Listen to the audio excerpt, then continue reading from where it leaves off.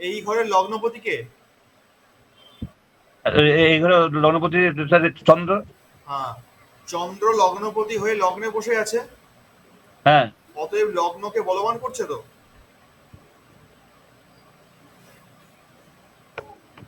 যখনই কোনো ঘরের পতি সেই ঘরেই বসে থাকবে, অতএব সেই ঘরকে সে বলবান করে।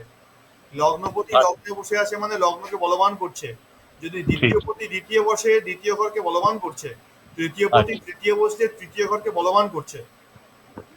আচ্ছা। কেমন?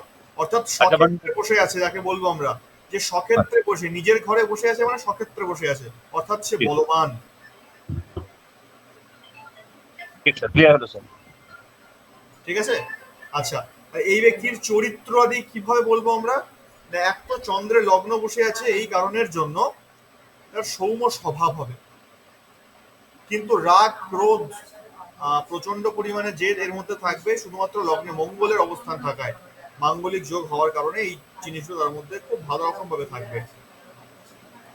দ্বিতীয় ঘর, ধনের অবস্থান, স্বউপার্জিত ধন। চট করে বলতে গেলে কি বলবো? প্রথমেই দেখবো ধনপতি কোথায় বসে আছে। ধনপতিকে রবি কোথায় বসে? চতুর্থে। অর্থাৎ চতুর্থে ধনপতি বসে, এর অর্থ কি? কোন জায়গা থেকে ধন আসবে এটাকে ইন্ডিকেট করে। চতুর্থ থেকে ধন আসবে, চতুর্থ ঘরকে কি বোঝায়? আমরা কি বোঝাই চতুর্থ ঘরকে? গৃহ, মাতা, গৃহ বন্ধু। বোঝাই, মাতা বোঝাই, বন্ধু বোঝাই, গাড়ি বাড়ি বোঝাই, প্রপার্টি বোঝাই তো। চতুর্থ ঘর থেকে তো আমরা প্রপার্টিও বুঝি। তাহলে যখনই দ্বিতীয় পতি চতুর্থে গেল, তখনই এর ইনকাম, সোর্স অফ ইনকামটা বিজনেস রিলেটেড হয়ে গেল। তখনই আমরা একে রেকমেন্ড করতে পারবো যে যে সমস্ত বিজনেস, আপনার প্রমোটিং, তারপর রিয়েল এস্টেট, এই ধরনের যে বিজনেস গুলো হয়, এইখানেও ভালো আয় করতে পারবে, কারণ দ্বিতীয় পতি চতুর্থে গেছে।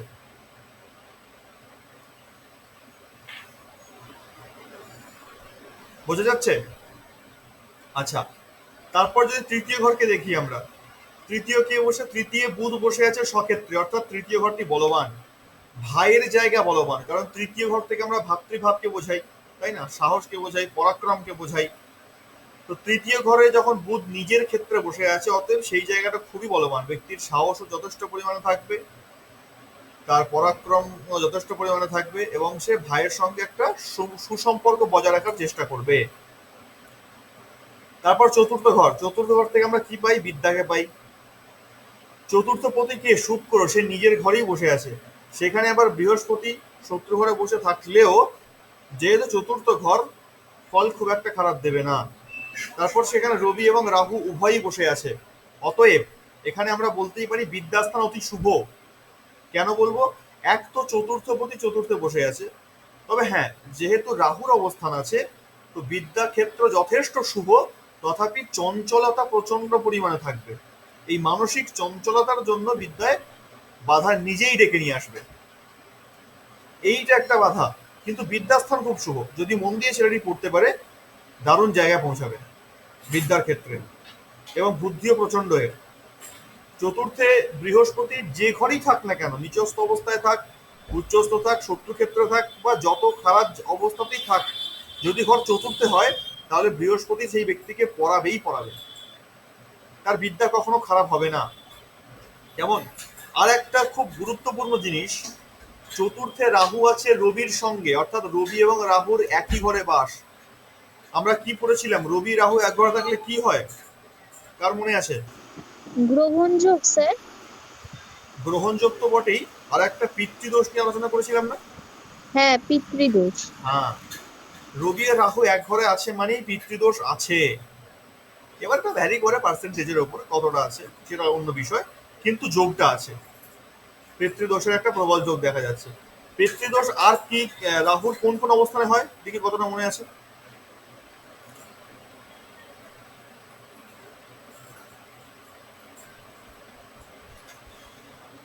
পিতৃদোষ আর কোন কোন রাহুর অবস্থানে হয়ে থাকে? এখানে একটা বললাম, রাহু আর রবির একসঙ্গে অবস্থানে পিতৃদোষ হয়। আর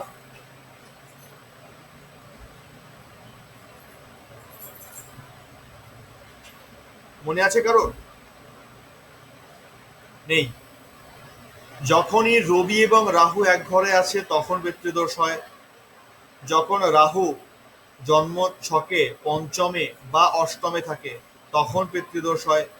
যখন রাহু রবির নক্ষত্রে থাকে তখনও পিতৃদোষ হয়, যখন রবি রাহুর নক্ষত্রে থাকে তখনও পিতৃদোষ হয়।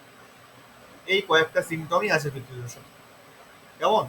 আমরা এখানে কোনটা পাচ্ছি? প্রথমটা পাচ্ছি, রবি আর রাহু এক ঘরে। যেহেতু সেখানে বৃহস্পতি অবস্থান করছে তাই দোষের পার্সেন্টেজ অনেকটা কম হবে, কিন্তু দোষ থাকবে। স্যার এটা রবি রাহু পঞ্চমে আর অষ্টমে থাকবে তাই তো? হ্যাঁ, পঞ্চমে রবি রাহু না, রাহু। রবি পঞ্চম অষ্টমে থাকতে পারে, যদি রাহু পঞ্চমে বা অষ্টমে থাকে তখন হবে। ঠিক আছে, বোঝা গেল চতুর্থের ভাব বিচার। আচ্ছা, চতুর্থ থেকে আমরা গাড়ি বাড়ি প্রপার্টি এই সমস্ত বিচার করে থাকি।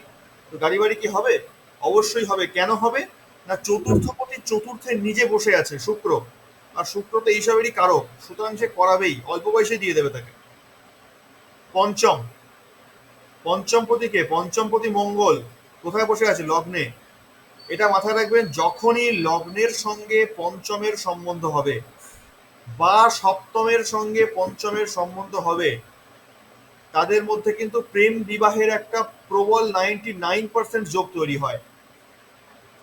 অতএব জাতক সারা জীবন প্রেম করেই যাবে মোটামুটি। লগ্নের সঙ্গে সম্বন্ধ আছে পঞ্চমের, কারণ পঞ্চমপতি লগ্নে গেছে। কেমন? আচ্ছা, আর কি হবে? পঞ্চম থেকে আমরা কি বিচার করি? পঞ্চম থেকে আমরা উচ্চ বিদ্যাকেও বিচার করি, জ্ঞানকে বিচার করি। তাহলে পঞ্চমের সঙ্গে যখন লগ্নের সম্বন্ধ হয়েছে, অতএব জ্ঞানী হবে, প্রচন্ড জ্ঞানী হবে, তার্কিক হবে। তার্কিক কেন হবে? কারণ মঙ্গল নীচ হয়ে আছে, এই জন্য সে তার তর্ক করবে। প্রথমে বুঝতে চাইবে না, আনাড়ি তর্ক করবে, ধীরে ধীরে বুঝে যাবে। ঠিক। উচ্চবিদ্যা কি হবে? উচ্চবিদ্যা হবে। কেন হবে? কারণ মঙ্গল নিচস্থ হলেও সেখানে চন্দ্রের অবস্থান রয়েছে। আচ্ছা, ষষ্ঠ, ষষ্ঠ ঘরটা কার ঘর? ষষ্ঠপতি বৃহস্পতি। ষষ্ঠ ঘর থেকে আমরা শত্রুতার বিচার করি। তাহলে শত্রু হবে কি না কিভাবে বলবো? চতুর্থ, ষষ্ঠপতি বৃহস্পতি কোথায় গেছে? চতুর্থে। চতুর্থ থেকে আমরা পরিবারটাকেও তো বুঝি, আমরা বন্ধু বান্ধব সার্কেলটাও তো বুঝি। তাহলে এখানে একটা কথা খুব ক্লিয়ারলি বলতে পারি, চতুর্থপতি ষষ্ঠে গেছে, এর অর্থই হলো জাতকের শত্রু থাকবে বন্ধু বান্ধব সার্কেলে, ওর অজান্তেই। স্যার গুপ্ত শত্রুতাও তো থাকতে পারে না? একদমই থাকবে, কারণ সেখানে রাহু বসে আছে। অবশ্যই, একদম ঠিক। বন্ধু, ওই যে বললাম না, জাতকের অজান্তেই থাকবে। অজান্তে মানে তো গুপ্ত শত্রু হয়ে গেল। চতুর্থে, স্যার চতুর্থে যদি রাহু বসে থাকতো এখানে, চতুর্থে এই যদি রাহু সরি বসে, সরি সরি ষষ্ঠে, ষষ্ঠে যদি রাহু বসে থাকতো, ষষ্ঠে যদি রাহু বসে থাকে তাহলে শত্রু বিনাশ করায়, কিন্তু সেটা এটা তো নিজের মাধ্যম বলেছি। দিয়ে নয়। ষষ্ঠে রাহু একটা অন্য কারো কথা আছে। রাহু যখন ষষ্ঠে থাকে না, তখন শত্রু বিনাশ প্রাপ্ত হয় কিন্তু নিজে নিজে, অথচ জাতক শত্রু থেকে ভয় পায়। এটা মজার খেলা। যদি আমার ষষ্ঠে রাহু না, থাকে, এখানে আমি শত্রুকে ভয় পাচ্ছি, কিন্তু সেই শত্রুর বিনাশ এমনি এমনি হয়ে যাবে, অটোমেটিক প্রকৃতির নিয়মে হয়ে যাবে।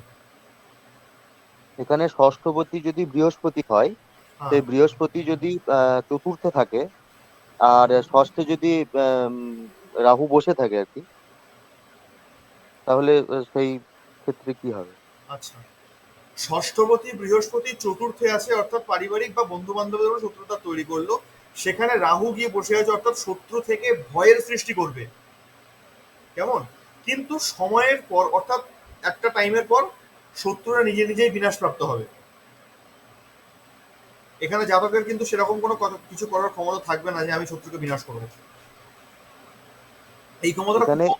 এই স্যার শুনতে ষষ্ঠ পাচ্ছেন স্যার? অষ্টম, ষষ্ঠ অষ্টম দ্বাদশ, এই যে হ্যাঁ, তিনটে ঘরে, এই তিনটে ঘরে যে অশুভ গ্রহগুলো আছে, এই অশুভ গ্রহ যদি বসে তাহলে এটা শুভ ফল দেয় তাই তো? একদম একদম। ষষ্ঠ অষ্টম দ্বাদশে অশুভ গ্রহ থাকলে তারা শুভ ফল দেবে, একদম ঠিক। আর একবার বলুন স্যার, শুনতে পেলাম না। বললাম, ষষ্ঠ অষ্টম দ্বাদশ এই তিনটেকে আমরা অশুভ ঘর বলি। অশুভ ঘরে যখনই অশুভ কোনো গ্রহ গিয়ে বসে, সে ভালো ফল দেয়।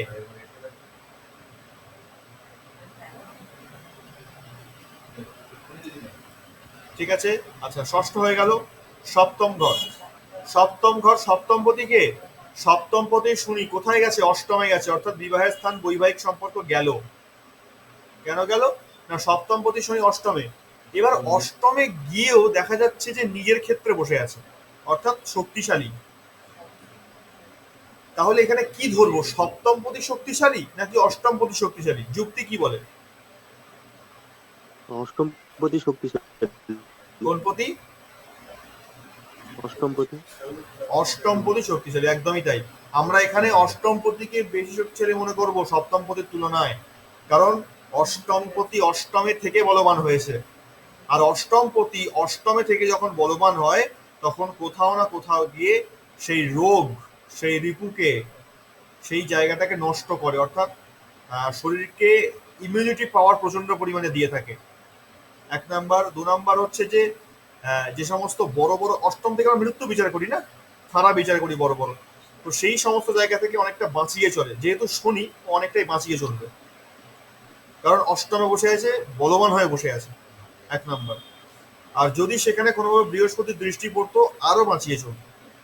আর শনি যখন অষ্টমে থাকে তখন অর্থটা একটু লেট করায়, পায় তো বটে, একটু ধীরে ধীরে আসে, এবং তার সঙ্গে সঙ্গে প্রচুর পড়াশোনা করায় অষ্টমে। যখনই আমরা বড় বড় ডিগ্রি কোর্স দেখবো না, এইটা একটা বড় পয়েন্ট। প্রাথমিক বিদ্যা অর্থাৎ মাধ্যমিক এইচএস লেভেল পর্যন্ত আমরা চতুর্থ ঘর পর্যন্ত দেখব। যখনই আমরা কলেজ এডুকেশন দেখব, ডিগ্রি কোর্স দেখব, তখনই চলে যাবো অষ্টমে, কারণ ডিগ্রি, হায়ার এডুকেশন অষ্টম ঘর থেকে বিচার্য। কেমন? তো এই শনি যখন অষ্টমে বসে নিজের ঘরে বসে আছে, তখন এর হায়ার এডুকেশন হবেই হবে, প্রচন্ড উচ্চ পরিমাণে। পিএইচডির পর যদি কিছু থাকে সেখানেও যেতে পারে, এরকম লেভেলের একটা টার্গেট থাকে এদের। তাহলে সপ্তম স্থানটা কি হলো? হায়ার এডুকেশনটা নবম ঘর থেকে হয় না, অষ্টম ঘর থেকে হয়? হ্যাঁ, ডিগ্রি কোর্সের বিচার অষ্টম ঘর থেকে হয়, আর নবম স্থান থেকে পড়াশোনা, নবম স্থান থেকে ধর্মের বিচার হয়। আচ্ছা। কোথায় ছিলাম? সপ্তমে ছিলাম। আর সপ্তমে বৈবাহিক জীবন যদি বলা যায় কিরকম হবে, এক তো সেখানে চন্দ্র আর মঙ্গলের পূর্ণ দৃষ্টি। আচ্ছা, এদিকে দেখা যাচ্ছে সপ্তম, অষ্টম, নবম, দশম রাহুর কোনো দৃষ্টি সেরকম ভাবে পড়ছে না, বৃহস্পতিরও সেরকম দৃষ্টি নেই, রবি শুক্র সেরকম দৃষ্টি কারোর নেই, মঙ্গল এবং চন্দ্র ছাড়া। মঙ্গল এবং চন্দ্রের পূর্ণ দৃষ্টি আছে সপ্তম ঘরে, যার জন্য বৈবাহিক জীবন খুব একটা সুখের বলা যাবে না, মধ্যম প্রকার বলা যেতে পারে, খুব একটা ভালো হবে না। যদি সপ্তম ঘর থেকে আমরা ব্যবসা বিচার করে থাকি, ব্যবসা হবে কিনা, তো ব্যবসার দিকে দেখতে গেলে হ্যাঁ, ব্যবসার দিকে ওকে, ঠিকঠাক আছে। কেন ঠিকঠাক আছে? কারণ এক তো সপ্তম প্রতি শনি অষ্টমে গেছে, অষ্টমে গেলেও সেখানে নিজের ঘরে নিজের ক্ষেত্রে বলবান হয়ে আছে, এইটা একটা বিষয়। দ্বিতীয়ত লগ্নের সঙ্গে সপ্তমের কানেকশন ডাইরেক্ট হচ্ছে, লগ্নপতি ডাইরেক্ট দৃষ্টি করছে সপ্তম ঘরে, তার সঙ্গে সঙ্গে মঙ্গল দৃষ্টি করছেন। মঙ্গল কোন পতি? মঙ্গল পঞ্চম পতি, মঙ্গল দশম পতিও। তাহলে দশম পতির দৃষ্টি সপ্তম ঘরে পড়ছে, অতএব বিজনেসের জায়গা স্ট্রং, কারণ কর্মপতি প্রফেশনে দৃষ্টি দিচ্ছে। আচ্ছা, অষ্টম ঘর হয়ে গেল। নবম ঘর, নবম ঘর স্যার, থেকে আমরা কি বিচার স্যার, করবো? স্যার, হ্যাঁ, স্যার, বলুন। স্যার, বলছিলাম যে বৈবাহিক জীবনটা যে মধ্যম প্রকার হবে, এটা কি করে বুঝবো? প্রথমেই ধরে নেবো যে সপ্তম পতি অষ্টমে গেছে, এক নাম্বার। সপ্তম পতি যদি বলবান না হয়, বৈবাহিক জীবন খুব একটা বেশি ভালো হতে পারে না, ঠিক আছে? আচ্ছা, দ্বিতীয়ত সেখানে বৃহস্পতির কোনো দৃষ্টি নেই, একমাত্র বৃহস্পতির দৃষ্টি পড়লে সেটা বাঁচাতে পারতো। বৃহস্পতির দৃষ্টি আছে, নেই বলে ভুল, খুব ক্ষীণ অবস্থায়, ত্রিপাত দৃষ্টি আছে, পূর্ণ পাচ্ছে না, এক। দ্বিতীয়ত চন্দ্রের দৃষ্টি থাকলেও সেখানে মঙ্গলের দৃষ্টি গিয়ে পড়েছে মাঙ্গলিক অবস্থায়, আর মঙ্গল ক্রূর গ্রহ, রাগী গ্রহ, ক্রোধী গ্রহ। যদি পত্নীর চরিত্র বলতে হয়, কিরকম চরিত্র হবে? প্রচন্ড রাগী প্রবৃত্তি, স্পষ্টবাদী, যুক্তিতর্ক সর্বদা তার মুখে লেগে থাকবে। কণ্ঠ যদি বলা যায় কর্কশ কণ্ঠ, কারণ শনি এখানে পতি রয়েছে। তারপর মেনে নেওয়ার যে ব্যাপারটা, সেটা পুরোপুরি থাকবে না এটা বলা যায় না, যেহেতু চন্দ্রের দৃষ্টি আছে, সৌমতা রয়েছে, তাই মানিয়ে নেওয়ার ব্যাপারটা থাকবে। কিন্তু জাতকের আলটিমেটলি যা নিড হবে, যা চাওয়া হবে, বা একটা পত্নীর থেকে সে যেটা আশা করবে সে সেটা পাবে না, কারণ তার নিজের লগ্নে চন্দ্র বসে আছে, তাই আগে থেকেই সে সৌম্য, কিন্তু পত্নী হবে ঠিক বিপরীত, অপোজিট হবে। কারণ তাকে মঙ্গল দৃষ্টি দিচ্ছে এবং তার প্রতি শনি। বৈবাহিক জীবন মধ্যম প্রকার বলেছি, কিন্তু পত্নী যে হবে সে খারাপ এটা কিন্তু না, সে যথেষ্ট ভালোই হবে। দুজনের মধ্যে যে বন্ডিংটা হবে সেটা কোথাও না কোথাও গিয়ে মাঝে মধ্যে একটু ব্রেক করবে, এই ব্যাপারটা বোঝা গেছে? হ্যাঁ স্যার। হ্যাঁ। নবম স্থান থেকে আমরা ভাগ্যের বিচার করি, পূর্বজন্ম বিচার নবম স্থান থেকে হয়। যাই হোক, নবম এখানে আমরা কি পাচ্ছি? নবমে দেখুন, নবমপতি বৃহস্পতি কোথায় গেছে? নবমপতি বৃহস্পতি চতুর্থে গিয়ে বসে আছে। স্যার নবমপতি বৃহস্পতি যখন চতুর্থে গিয়ে বসেছে, এখান থেকে আমরা বুঝবো যে ভাগ্য বা ভাগ্যের উদয়টা কোথা থেকে হবে। চতুর্থ মানে কি? বিদ্যাস্থান, মাতৃস্থান। অতএব আমরা এখানে নিঃসন্দেহে বলতে পারি বিদ্যা এবং মাতা এই জায়গা থেকেই ব্যক্তির ভাগ্য উদয় হবে, কারণ চতুর্থপতি নবমকে দেখাচ্ছে, এই নবমপতি চতুর্থকে দেখাচ্ছে। তারপর কি? দশমে বসে আছে কেতু, কর্মের স্থান। দশমে কেতু থাকলে কর্মে বহু বাধা আসে, কারণ কেতুর কাজ কি? কেতু ওই দ্বাদশ ঘরের মধ্যে যেখানে গিয়ে বসবে সেই জায়গা থেকে ডিটাচমেন্ট তৈরি করে, সেই জায়গার সঙ্গে সম্পর্ক খুব একটা ভালো থাকে না, সেই জায়গা থেকে মন ধীরে ধীরে উঠে যায়। যখনই কেতুকে আমরা দশমে দেখব তখনই আমরা ধরে নেব যে এই ব্যক্তি আজকে একটা কাজ, কালকে একটা কাজ, পরশু আর একটা কাজ, এইভাবে চলতে থাকে। এইটা কেতুর একটা নেচার। কেতু ত্যাগ করায়, বারবার ত্যাগ করায়, কোনোটা ঠিক করে মন বসাতে পারে না, এই একটা বিরাট প্রবলেম। যদি চাকরি করে, ব্যবসা করলে চলে যাবে মোটামুটি, চেঞ্জ করতে পারবে না বিভিন্ন কারণে, কিন্তু চাকরি যদি করতে যায় সেখানে বারবার চেঞ্জ করতে হবে, স্যাটিসফ্যাকশন আসবে না। ঠিক আছে? আচ্ছা, দশমে কেতু আর কি করে? দশমে কেতু কোথাও না কোথাও গিয়ে কর্মক্ষেত্রে মান হানি ঘটায়, মান সম্মানের হানি ঘটায়, যেখানে কর্ম করছে যে কর্মক্ষেত্র সেখানে।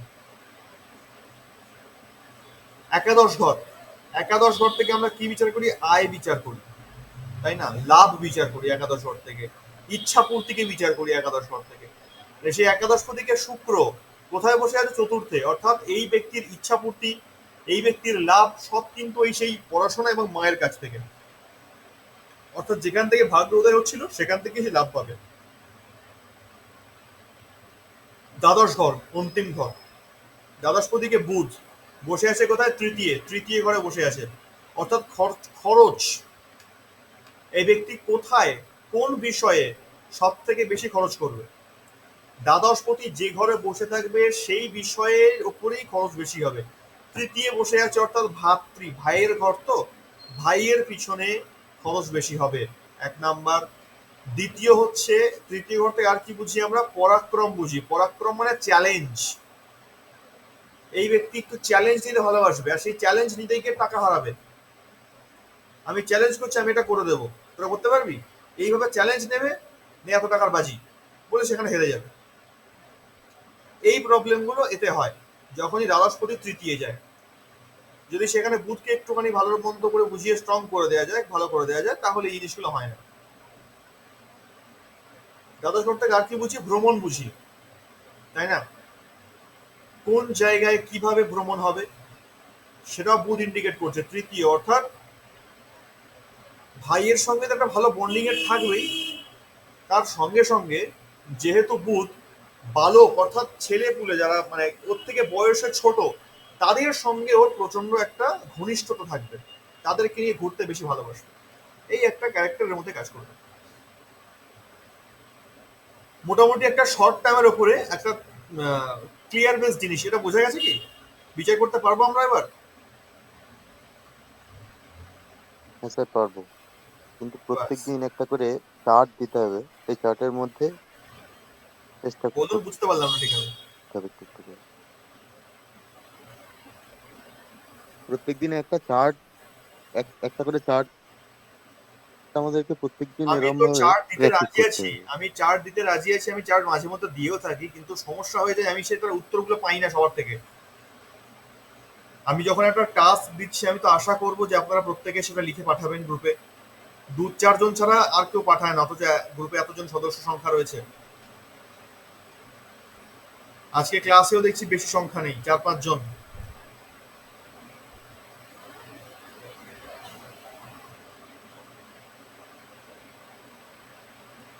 জ্যোতিষের ক্লাসটা সবাই কমপ্লিট করে না শেষ অব্দি, 4-5 জনই থাকে শেষ অব্দি। হ্যাঁ, একটা এটাও ঠিক কথা, সবাই নিতে পারে না জিনিসটা। তো মোটামুটি ক্লিয়ার তো? সন্দীপ বাবু আছেন? আচ্ছা, দেবকুমার বাবু আছে। দেবকুমার বাবু হ্যাঁ স্যার। কতটা ক্লিয়ার পারবেন তো বিচার করতে এবার? হ্যাঁ স্যার। আপনারা তো পাঠান লিখে লিখে, খুব সুন্দর লেখা হয় আপনাদের। মরজিৎ বাবু পাঠায়, শিপ্রা দেবীও পাঠায়, শব্দকলী দেবী মাঝে মধ্যে পাঠায়। যারা মোটামুটি অ্যাক্টিভ রয়েছে তারা তো ক্লাস করে এবং সুন্দর স্যার সুন্দর পত্নীর জায়গাটা কি একটা বলছিলেন? কোনটা? পত্নীর জায়গাটা, বিবাহ ক্ষেত্রে যে জায়গাটা, হ্যাঁ, ওখানটা বুঝতে পারিনি ঠিক। দেখুন, যখন আমরা বিবাহের ক্ষেত্রে বিচার করব তখন সর্বপ্রথম দেখব সপ্তম পতিকে। সপ্তম পতির অবস্থান যদি ভালো হয়, যদি সুন্দর হয়, শক্তিশালী হয়, তাহলে ঠিক আছে, সমস্যা নেই। কিন্তু এখানে সপ্তম পতি সবল, শক্তিমান, কিন্তু অষ্টমে গিয়ে সমস্যা এখানে। আর এই যে সপ্তম স্থানটি এই জাতকটির পাচ্ছি আমরা, এর তো সপ্তম পতিকে শনি, অর্থাৎ পত্নী যে হবে তার ক্যারেক্টারটা পুরোপুরি শনির ক্যারেক্টার। ভালো করে বুঝুন জিনিসটা কি। যে পত্নী হবে তার যে চরিত্র হবে শনির চরিত্র, আর যে জাতক বর্তমানে রয়েছে এর চরিত্র চন্দ্রের চরিত্র। এবার চন্দ্রের সঙ্গে শনির ম্যাচিং কি হতে পারে কখনো? না। এইখানেই প্রবলেম। তবু মধ্যম প্রকার কেন বললাম? কারণ সপ্তমে চন্দ্রের দৃষ্টি আছে, এই জন্য বললাম। চন্দ্র চেষ্টা করবে জাতকের নিজের মতন করে বানিয়ে নেবার, এই চেষ্টাটুকু করবে। এই চেষ্টার জন্যই সে অনেকটা পাল্টাবে, তার জন্যই মধ্যম প্রকার। উত্তমটা বলতে পারবো না আমরা। যদি বৃহস্পতির দৃষ্টি পড়তো সেখানে তাহলে বলতাম উত্তম, পারফেক্ট হবে, ঠিকঠাক আছে, কোনো সমস্যা নেই।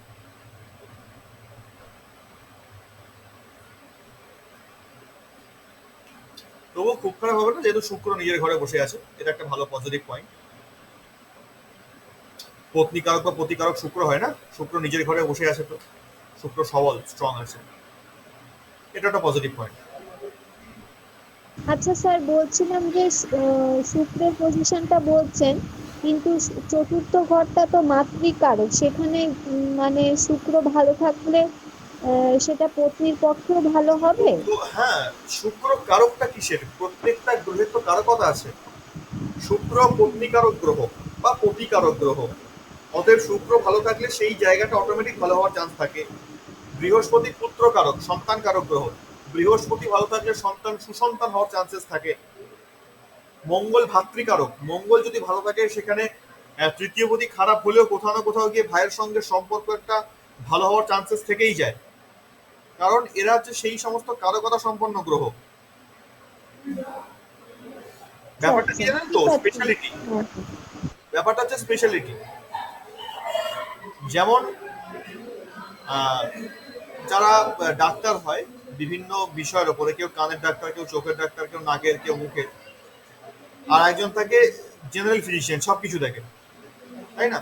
তো এরা হচ্ছে কিরকম ব্যাপারটা হয়ে গেছে না, না সব থেকে বড় স্কুল মাস্টার দিয়ে বোঝালে ভালো বুঝবেন আপনি। প্রত্যেকটা সাবজেক্টের একটা করে টিচার থাকে। এখন ধরুন চন্দ্র হয়ে গেছে বাংলার টিচার, তো বাংলার টিচার হিসেবে স্কুলে নিয়োগ হয়েছে, কিন্তু তাকে বলা হলো তুমি ইংলিশটা পড়াও।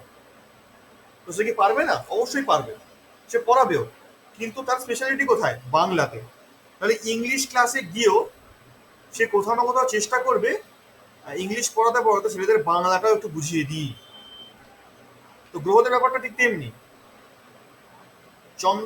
মঙ্গল ভাতৃকারক গ্রহ, তো মঙ্গলকে দেওয়া আছে লগ্নের কাজ, মানে ভাইয়ের জায়গায় দেহের কাজ দেওয়া হয়েছে, তো মঙ্গল দেহের কাজ করবে। দেহের কাজ করতে করতে ওকে ভাইয়ের কাজ করবে না? শুক্র ঠিক তেমনি, প্রতিকারক গ্রহ, দেওয়া হয়েছে মাতাতে, তাহলে মায়ের কাজ তো করছে। করতে করতে যেহেতু ওর টেন্ডেন্সি, ওর ন্যাকটাই পত্নীর দিকে, ও সেটাকেও ঠিক করার চেষ্টা করবে, যার যেদিকে ন্যাক। স্যার এখানে আপনি একটা লগ্ন, আহ, 4-7 বলে একটা কানেকশনের কি কথা বললেন একটা, ওটা আমি ঠিক মাথা থেকে বেরিয়ে গেল এই মুহূর্তে, আর একবার বলবেন কথাটা? লগ্ন দেখুন, যে কোনো ঘরের সঙ্গে একটা ঘরের সঙ্গে অন্য একটা ঘরের আমরা কানেকশন করি, কি করে কানেকশনটা করি? এইখানে খুব সুন্দর বোঝা যাবে যে লগ্নে মঙ্গল বসে আছে। মঙ্গল কোন পতি? মঙ্গল পঞ্চম পতি এবং দশম পতি। অতএব লগ্নের সঙ্গে দশম এবং পঞ্চমের কানেকশন হলো। কেমন?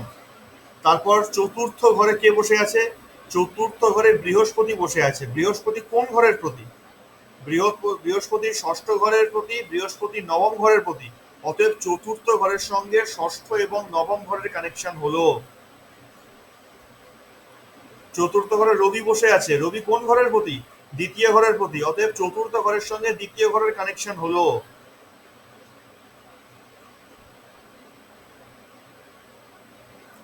শুক্র বসে আছে চতুর্থ ঘরে। শুক্র আর আর কোন ঘরের প্রতি? না, শুক্র শুক্র একাদশের প্রতি। অর্থাৎ চতুর্থ এবং একাদশের সম্বন্ধ হলো, কানেকশন হলো। আমরা এইভাবে কানেকশন তৈরি করি। যখনই একটা ঘরের সঙ্গে আর একটা ঘরের কানেকশন হয় তখন একটা যোগ তৈরি হয়। লগ্নের সঙ্গে পঞ্চমের কানেকশন হলে মানে প্রেম যোগ তৈরি করে। লগ্নের সঙ্গে সপ্তম কানেকশন হলে সপ্তমের সঙ্গে পঞ্চম কানেকশন হলে সেখানেও প্রেম যোগ তৈরি করে, প্রেম বিবাহ তৈরি করে। লগ্নের সঙ্গে পঞ্চম কি করে? প্রেম যোগ তৈরি করে। ভালো করে বুঝুন জিনিসটা।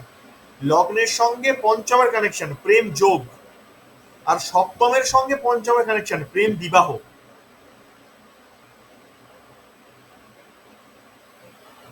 কেমন? একাদশের সঙ্গে দ্বিতীয়ের কানেকশন ব্যবসা থেকে আয়। সপ্তমের সঙ্গে একাদশের কানেকশন, সেখানেও ব্যবসা থেকে আয়।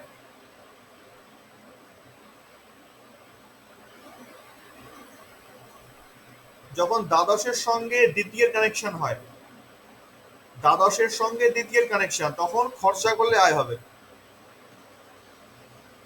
2 টাকা আছে, 2 টাকা খরচা করে দিন, 4 টাকা পেয়ে যাবেন, অটোমেটিক চলে আসবে। এগুলো যোগ, স্পেশাল যোগ এটা।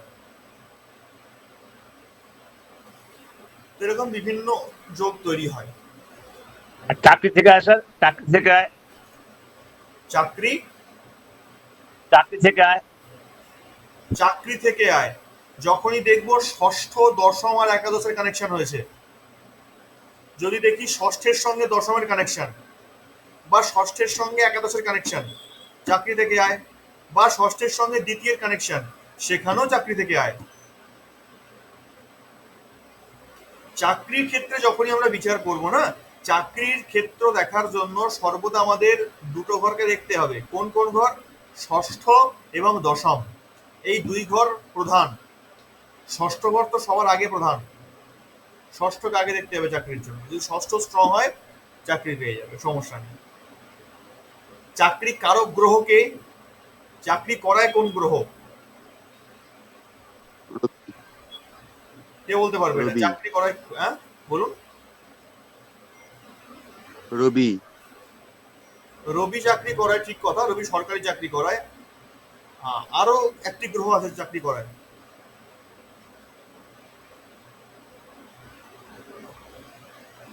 আরেকটি গ্রহ হচ্ছে শনি। চাকরি শনিও দেয়, হ্যাঁ একটু বিলম্বে দেয়, একটু লেট করে, ঠিক কথাই, কিন্তু দেয়। কারণ শনিকে এমনিতেই চাকর বলা হয়।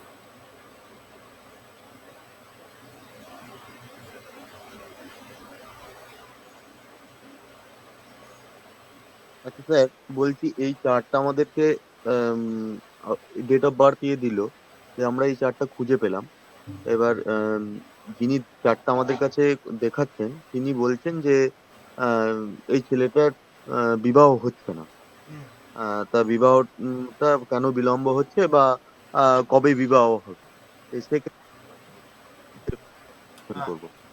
এই নিয়ে আমার একটা ক্লাস, গত ক্লাস করেছি আমরা, আগের দিনের ক্লাসটা, কিভাবে বলবো কবে বিবাহ হবে। খুব সহজ একটা পদ্ধতি দেখাচ্ছি।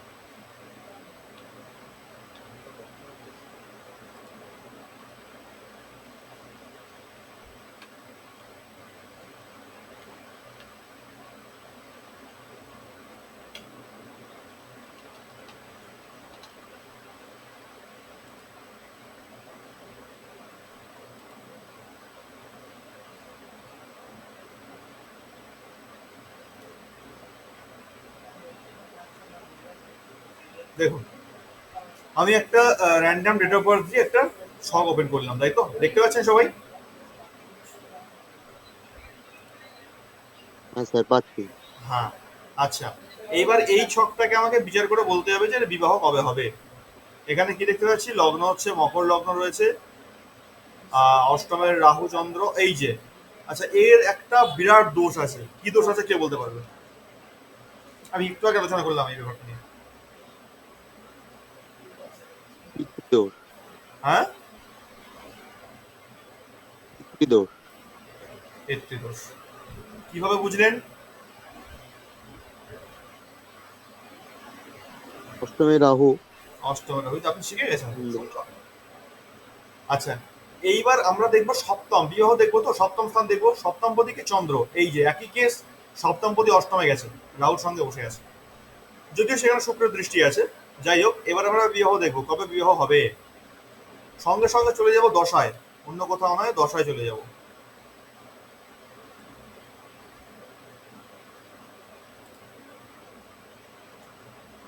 দশায় কি দেখতে পাচ্ছি,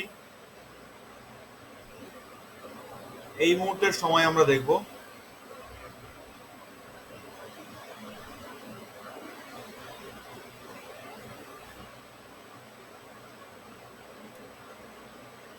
চন্দ্রের দশা চলছে। আহ,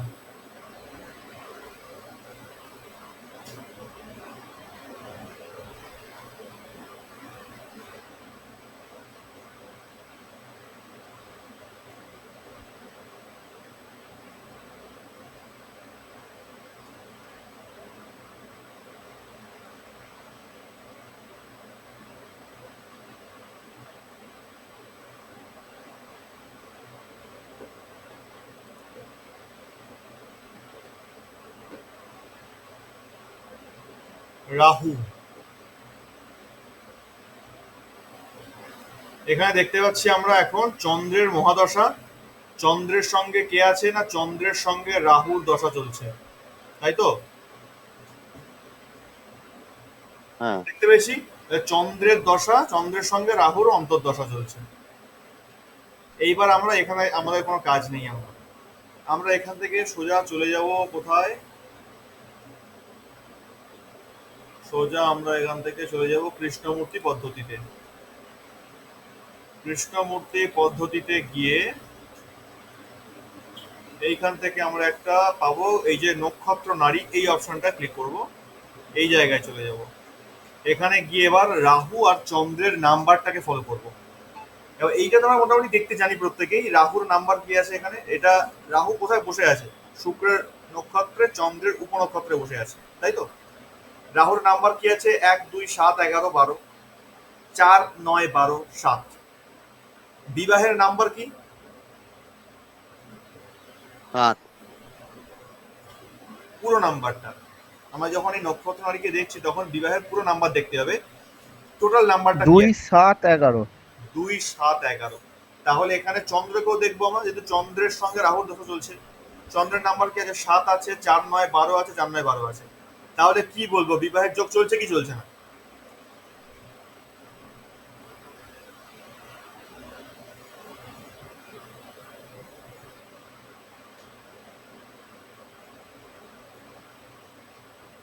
দুটো দশাকে মিলিয়ে, রাহু এবং চন্দ্রকে মিলিয়ে আমরা কি 2 7 11 পাচ্ছি?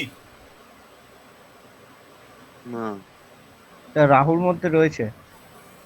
রাহুর মধ্যে রয়েছে। তাহলে রাহু বিবাহ করাবে। যতদিন চন্দ্রের সঙ্গে রাহু আছে এর মধ্যেই বিবাহ হবে, হতেই হবে। এইবার যদি দেখা যায় বিবাহ হলো না, এই রকম যোগ রয়েছে, এই রকম যোগ থাকা সত্ত্বেও বিবাহ হলো না, কেন হলো না? তখন এখানে আবার বাস্তু সম্বন্ধ চলে আসছে। তখন দেখা যাবে যে সেই ব্যক্তির বেডরুমটা রয়েছে ঈশান কোণে। ঈশান কোণে বেডরুম থাকলে হাজারো বিবাহের যোগ আসবে আর চলে যাবে, বিয়ে কোনোদিন হবে না। এই একটা ব্যাপার। তো যাই হোক, আমরা ওদিকে আর যাচ্ছি না। তো বিবাহে এভাবে যে কোনো ক্ষেত্রে, আমরা পড়াশোনা হচ্ছে না তখন কি দেখবো, 2 4 9 11 সেই দশায় চলছে কিনা। যদি না চলে, রেজাল্ট ভালো করতে পারবে না, যতই পড়াশোনা করুক না কেন। কেউ তো প্রপার্টি কিনবে, তখন কি দেখবো, 2, 4, 11। যদি না আসে প্রপার্টি কিনতে যেও না, লস খেয়ে যাবে। এই প্রত্যেকটা নাম্বারিং দেখে দেখে, দশা দেখে, নাম্বারিং দেখে আমরা অ্যাকিউরেট টাইম বলতে পারবো, কবে হবে সেটাও বলতে পারবো, আর ওটাও আদৌ হবে কিনা এটাও বলতে পারবো। কেমন? এবার যদি কেউ জিজ্ঞাসা করে যে বিবাহিত জীবন, কেপির মাধ্যমে যদি জিজ্ঞাসা করে বিবাহিত জীবন সারা জীবন সুখী হবে কিনা, কি করে বুঝবো? এখানে আরেকটু আমাদের কষ্ট করতে হবে, সেটা হচ্ছে এখানে এই যে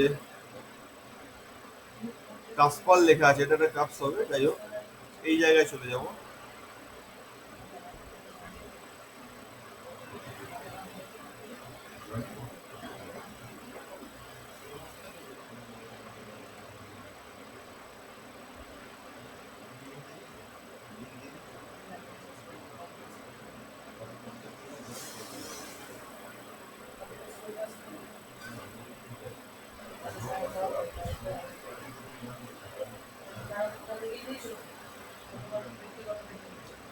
এটা একটু অন্যভাবে দেখাচ্ছে।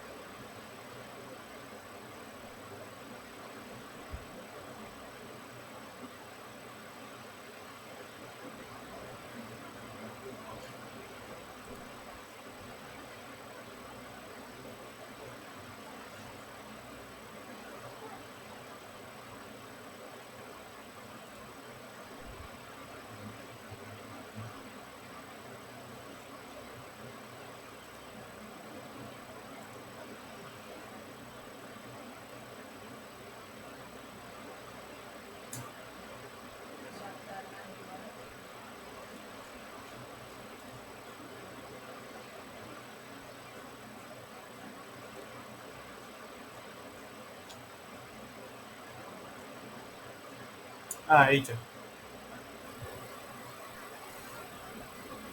আমরা ফোনে যখন খুলবো এভাবে পাবো না যদিও।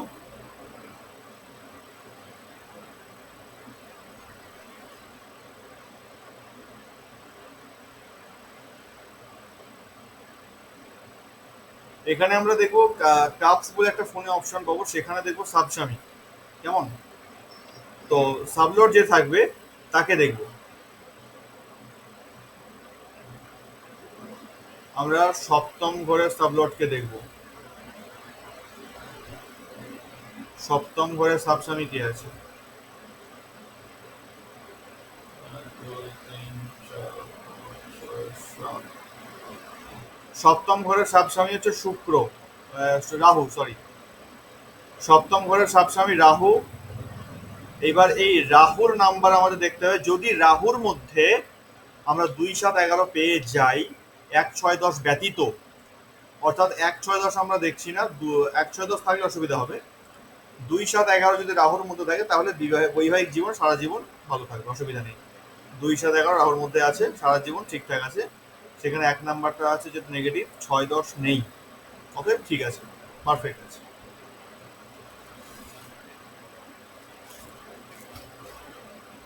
এভাবে আমরা অ্যাকিউরেট টাইম বের করতে পারবো, সেখান থেকে আমরা ফলটাও বলতে পারবো। বোঝা গেছে? ক্লিয়ার?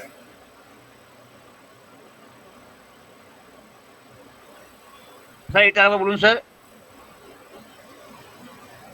যেটা আপনাদের আগের দিনে বলেছিলাম ওই একই জিনিস। দশা দেখবো, দশা দেখার পর অন্তর্দশা দেখবো, তারপর যে কাপস বলে একটা অপশন রয়েছে আমাদের ফোনে, সেইখানে যাব, গিয়ে সেখানে যে পরপর পরপর সাবলট গুলো রয়েছে, সাবস্বামীগুলো রয়েছে 1 থেকে 12 পর্যন্ত, সেই সাবস্বামীগুলোকে দেখবো। যে ঘরটাকে আমরা দেখতে চাইছি, বিবাহের ক্ষেত্রে আমরা সপ্তম দেখবো, স্বাস্থ্যের ক্ষেত্রে আমরা কি দেখবো, ষষ্ঠ দেখবো, আয়ের ক্ষেত্রে আমরা 2 দেখবো, 11 দেখবো। তো সেই স্বামীগুলোকে দেখবো, দেখার পর এখানে আসবো নক্ষত্র নারীতে, এসে তাদের নাম্বারগুলো দেখবো। যদি কেউ পড়াশোনার কথা জিজ্ঞাসা করে সারা জীবন পড়াশোনা কেমন যাবে, তাহলে আমরা চতুর্থের সাবলটকে দেখবো। চতুর্থের সাবলটের মধ্যে যদি 2, 4, 9, 11 পেয়ে যাই তাহলে পড়াশোনা সারা জীবন ভালো যাবে, রেজাল্ট সারা জীবন ভালো করবে, অসুবিধা নেই। চতুর্থ হচ্ছে বুধ স্যার, বুধ শনি না স্যার? হ্যাঁ, এখানে ফোর্থে আছে বুধ, বুধ। ও ওটা চার্টে, আমি চার্টের কথা বলছি না।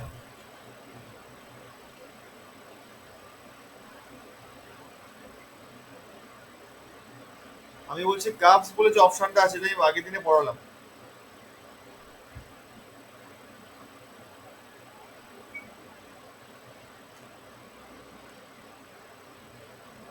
দরকার হয় কেপি, এটা এটা আরেকবার নেক্সট ক্লাস আমরা পড়ে নেবো, অসুবিধা নেই। মোটামুটি আজকে যেটা বিচার পদ্ধতিটা বোঝা গেছে তো, এবার বিচার করতে পারবো তো? হ্যাঁ সে পারবো স্যার। স্যার বিচারটা আপনার লেকচার, আপনার বিচারটা লেকচারগুলো স্যার স্যার খুব সুন্দর বুঝতে পেরেছি। পড়াতে বললাম স্যার, আপনার লেকচারগুলো পড়ালে ভালো হতো স্যার। কোনটা? আপনার যে ক্লাস করাচ্ছেন এই লেকচারগুলো যদি স্যার পাঠাতেন ভালো হতো। আগেরটা রেকর্ডিং করা হয়নি বললাম, আজকে রেকর্ডিং হয়েছে, আজকে পাঠিয়ে দিচ্ছি আমি। স্যার আপনার লেকচারগুলো শুনলেও স্যার অনেক জানা যাবে স্যার। হ্যাঁ ঠিক আছে, আজকে রেকর্ডিংটা করেছি, আজকে পাঠিয়ে দিচ্ছি। আগের দিনে ফোনে ক্লাস করেছিলাম না, রেকর্ডিংটা করা হয়নি। আচ্ছা আগে তো 3-4টে পাঠানো হয়নি তো, ওই জন্য অসুবিধা হচ্ছে একটু।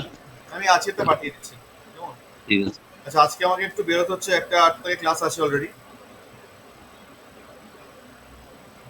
এখন নতুন ক্লাসে জয়েন করতে হবে আমাকে। ঠিক আছে, একটা স্যার টাস্ক দিন স্যার, টাস্ক দিন স্যার একটা। আমি গ্রুপে লিখে পাঠিয়ে দিচ্ছি, একটা নতুন ডেট অফ বার্থ দিয়ে দিচ্ছি। তো আজকে এ পর্যন্তই থাক সবাই। আজকে মোটামুটি বুঝতে পেরেছেন তো আজকে আমাদের টপিকটা যেটা ছিল? স্যার হ্যাঁ স্যার। পেরেছি।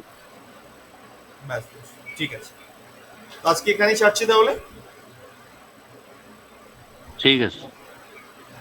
ধন্যবাদ, সকলে ভালো থাকবেন। আর এখন তো বোধহয় ক্লাস আছে, আপনি আছেন তো ক্লাসে সনোজিৎ বাবু? হ্যাঁ স্যার। আপনি ক্লাসে আছেন তো আজকে? হ্যাঁ হ্যাঁ। এখনই ঠিক জয়েন আছে। হবে, এখনই জয়েন হবে ক্লাস। হ্যাঁ, আচ্ছা স্যার, ঠিক আছে ঠিক আছে। ছাড়লাম।